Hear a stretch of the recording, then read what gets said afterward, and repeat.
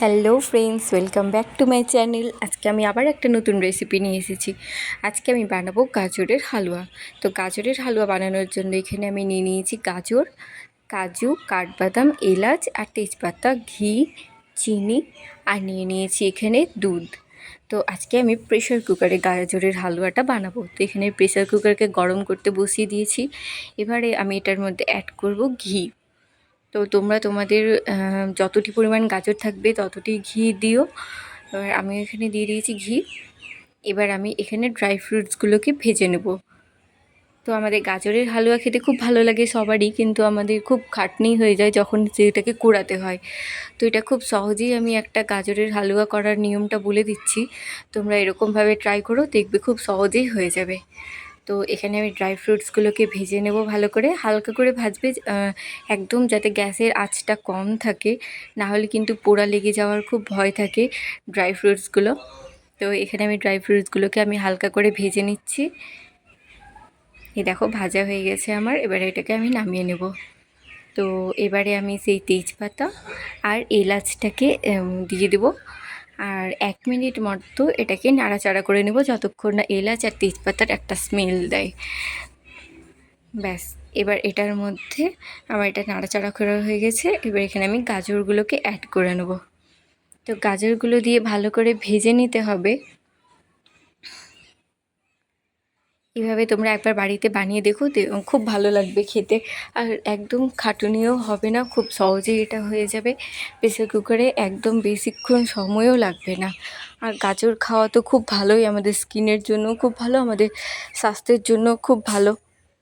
আর এখন তো শীতকাল, গ্রীষ্মকাল, বর্ষাকাল সবসময়ই গাজর পাওয়া যায়। তোমরা এটা সবসময় এটা বাড়িতে বানিয়ে রাখতে পারবে। তো এই দেখো আমার গাজরটা ভাজা হয়ে গেছে।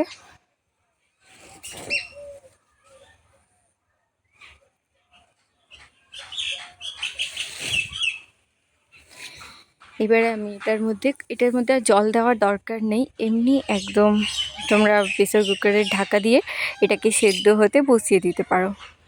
তো এবার আমি এটাকে আঁচটাকে বাড়িয়ে দেবো একটু গ্যাসের।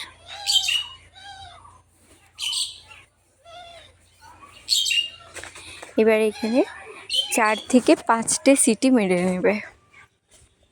এই দেখো সুন্দর সেদ্ধ হয়ে গেছে আমার গাজরগুলো। এবার এটাকে আমি ম্যাশ করার দিয়ে ওটাকে ভালো করে ম্যাশ করে নেব গাজরটিকে। এই দেখো সুন্দর করে ম্যাশ করা হয়ে যাচ্ছে।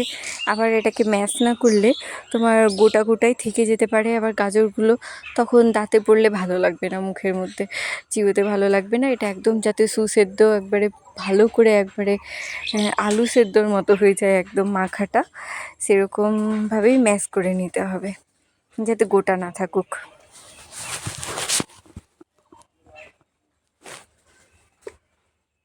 তো এই দেখো আমার ম্যাশ করা হয়ে গেছে।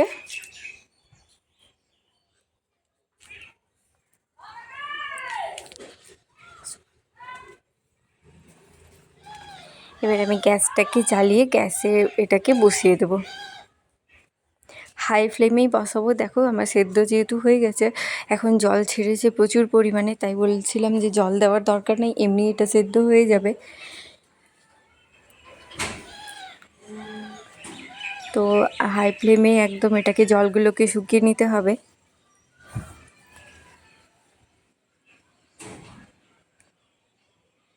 দেখো জলটি আমার শুকিয়ে গেছে। এবারে আমি এটার মধ্যে অ্যাড করে দেবো সেই দুধটি। তো অল্প অল্প করে দুধ দিতে হবে, কারণ যে একবারে দিয়ে দিলে সবটি একসাথেই শুষে নেবে। তো এই দেখো দুধটি দিয়ে দিয়েছি আমি। এবার ভালো করে এটাকে নাড়াচাড়া করে নেব।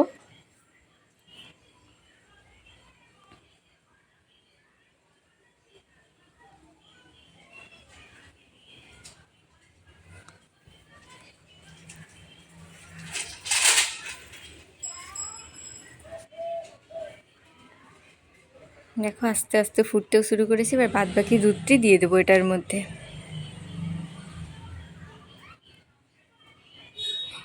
দিয়ে আমি ততক্ষণ ধরে এটাকে নাড়াচাড়া করব যতক্ষণ না দুধটি একবারে শুকিয়ে আসে।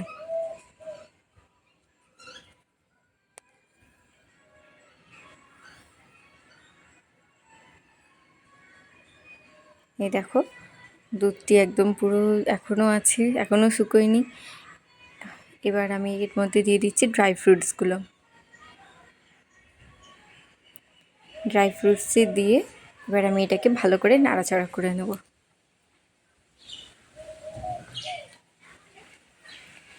এরপরেও 10 মিনিট মতো লেগেই যায় দুধটি শুকাতে।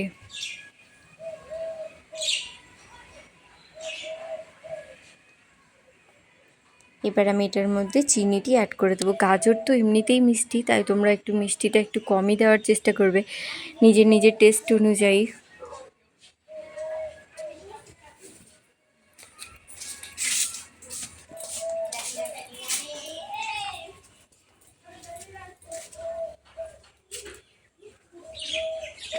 এই দেখো একদম শুকিয়ে এসেছে আমার গাজরের হালুয়া, একদম রেডি সার্ভ করার জন্য।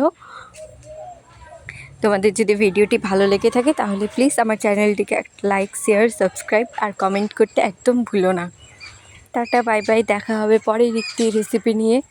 তো এটা প্লিজ বাড়িতে বানিও, আর আমার ভিডিওটি যদি তোমাদের ভালো লেগে থাকে তাহলে একটা লাইক করে দিও।